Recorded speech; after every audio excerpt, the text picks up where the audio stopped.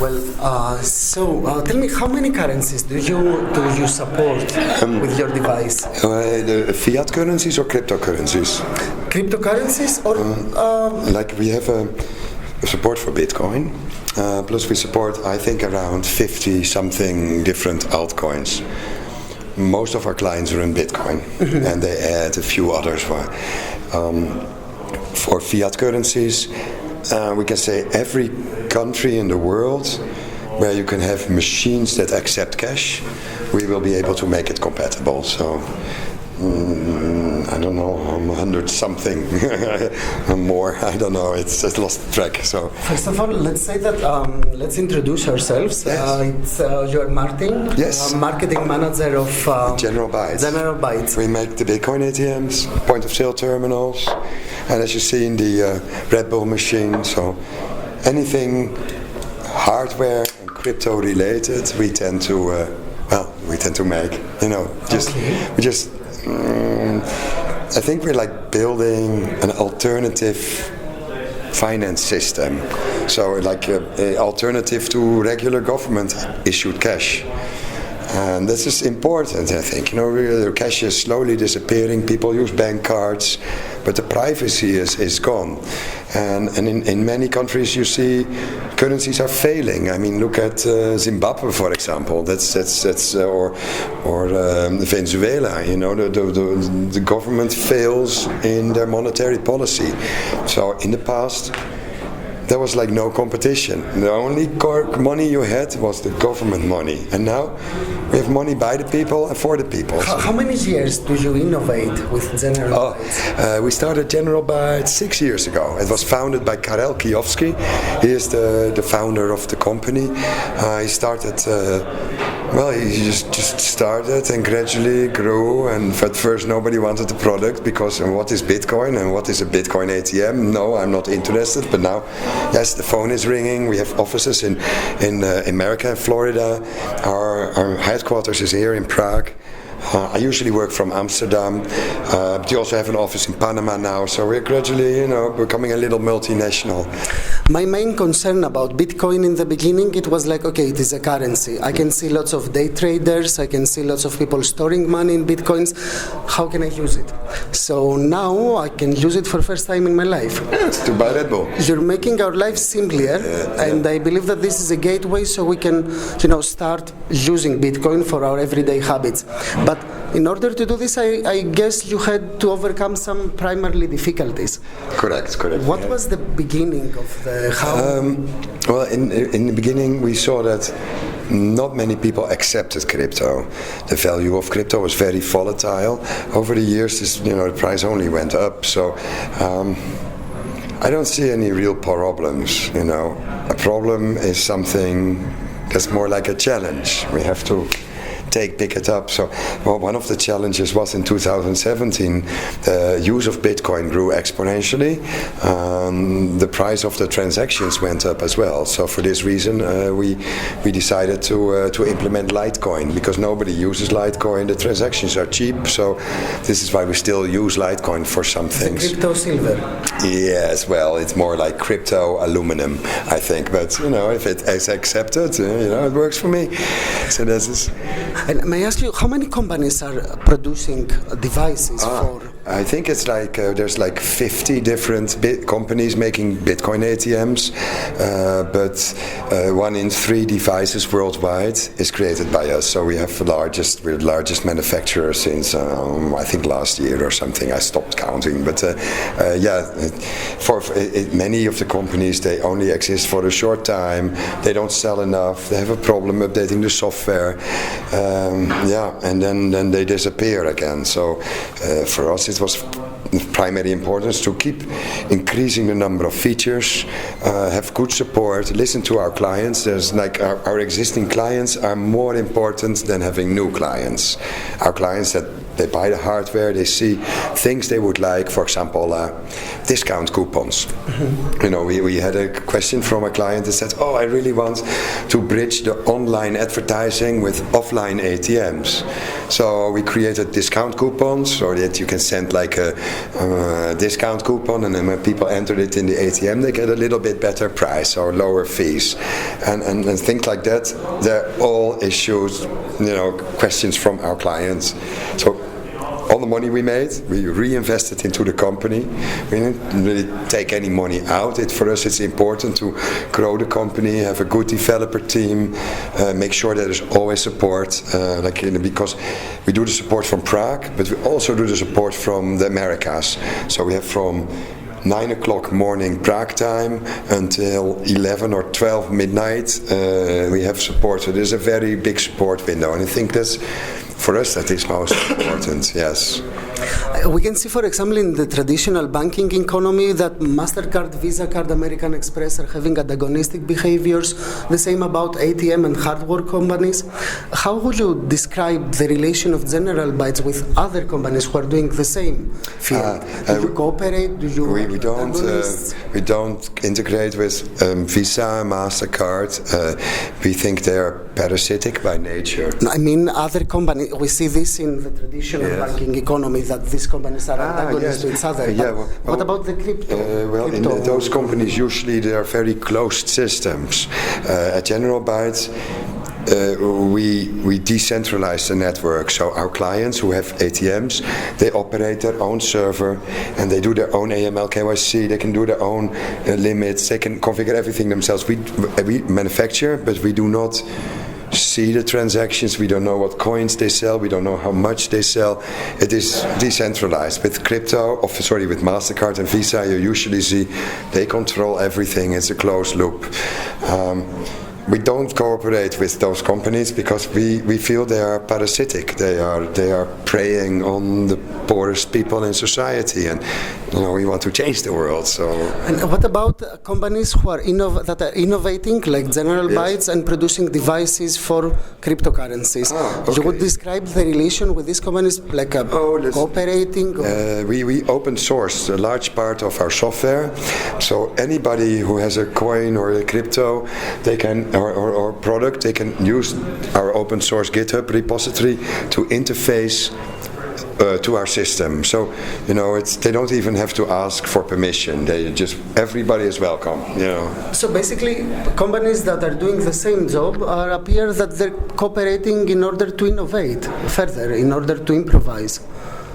Sorry, I didn't. For example, if General Bytes finds out some new pattern for the ATMs or for some machines like POS, like to buy things, is it something that other companies can implement, for example, or they will need the license? Well, we only manufacture. We don't operate the machines. Mm-hmm. This is, I think, important because we want to be the supplier to our clients, and we do not want to be also competition to our clients. But if people have great ideas, they're always welcome. Yes, we are always hungry for new ideas. That is great. May I ask you, it is a company for sure, so correct. Companies have also risks. What do you consider as main risks for you? What is in... I see scaling your business in crypto is really difficult. If you are like a software company, it's easy. You just fire up more servers or you shut a few down when the market is changing. With hardware manufacturing, this is really difficult. Reason is because you have like production capacity, you have factories, so you hire people, and if you have a good team, you don't want to let go of the people when the price is down and there's not so much sales. So I think that's the most difficult part of running a cryptocurrency business, is to only hire new staff one by one and slowly grow. Don't make a big impact with investor money and put lots of people on it, because that just doesn't work. Just slowly grow when the market picks up. Okay, so as I see till now, General Bytes makes our lives easier, the lives of people who are using cryptocurrencies. Yeah. And for me, it was the first time that I used cryptocurrencies like Litecoin to buy something. We see that is pioneering. As I know about you, let me change a bit the subject. You are pioneering in something else as well. And I think this is in your hand. Yes. Would you like to Talk to us about. Sure. It was like 5 years ago. I have a friend who is biohacker, and he made like magnet implants for your fingers, because then you can like pick up stuff with your finger, which I thought was a little bit crazy. But he created like a chip implant. So you can see the chip implant. Oh, this is the chip implant, and there's one here too, and it's already 5 years old, so I don't use them as much anymore because we have better crypto wallets, but I used it to make a Bitcoin saving wallet under the skin. And yeah, people reacted like very strange. Some people called me satanic. Others said I was crazy and I would die from all these horrible diseases. But no, it's okay. And the wallet, it works. So I think if people are more discreet about it and you don't tell everybody, it's a safe place to store crypto. See, there's like nothing wrong with these hands. Exactly. But you're talking about people mainly. Yes. And what about more official committees, like for example, bioethics committees or doctors, like medical personnel? Oh, my doctor was. I went to my doctor and I said, "You have to put the chip in," and he said, "No, you get it wrong. I'm a doctor. I help people that are sick. You're not sick, so." Get out of my office. You're wasting my time. So I had to find, with the biohackers, we did it ourselves. And and ethics, I don't know, it's my body. We look, as humans, we look a bit the same for the past 1,000 years. Maybe our clothes changed. This is polyester. So, but the humans didn't change much. But if you look at the world around us, it changed a lot in 10 years' time. I mean, the technology is really picking up. So I thought it was like a normal way to make myself a little bit more compatible with modern life. You can use it as a key to your door, but you can also use it as a wallet. More compatible with real life. More compatible with life in 2020 or 2019. We're not there at 2020 yet. Even though it is really surprising for me that for a human we need permission to do something on ourselves, but we see in pets like cats, dogs, we ask no permission. Yeah, it's funny you and ask. We just do it. Install it. Yes, but it's funny because my cat had one of the chips, but with very low memory. It only has a number, and this can store much more memory. But the technology is the same. So I thought my cat never complained about the chip implant. So why should I have a problem? If it's sterile and hygienically done, then yeah. And then it worked, and we modified the Bitcoin wallet to make it compatible with the implants, and then we added to the ATM I showed you upstairs. We added the compatibility too, so that if you want to put money on your hands, you can just wave your hand and add money to it. As I said, I don't use it for that anymore. It's primarily because the whole world knows now that I had the chip implants, so it's not a safe place to store anything. Besides, I like to spend every now and then, so I don't have that much crypto anymore. But for if you get it done and you're a little bit more discreet about it, then yes, nobody will know. And I think this is important. For example, we see a lot of refugees over the past years. They leave everything behind. They take a boat over the Mediterranean Sea and they hope for a better life. But how can you start a better life with no cash? So this would allow them to still have some cash and be more independent and make a jump start in a new life. Yeah. Of course, let's hope there will be no refugees in the future and no reason to... That would be best, but there will always be governments that suppress people, and there will always be reasons for people to migrate. This is how the world works. Ideally, we would have a world without borders. This is what I believe in. I don't believe in countries and states and borders. I think there's all artificial. We should have one planet. We have to. It's additions, basically. It's additions, and for me, it reminds me that there were reactions because it is outside of the traditional Hippocratic medicine. I'm not a person of traditions. I always look for something new.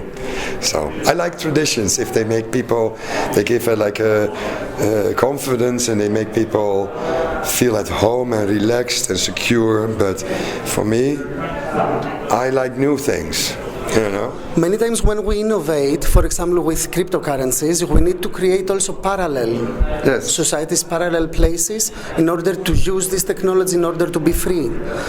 For example, Parallelnipolis. Parallelnipolis has it in the name. Can I ask you something? How did you install this? It's not that difficult. Like you look at your hand. But who did it? Well, my doctor didn't want to do it.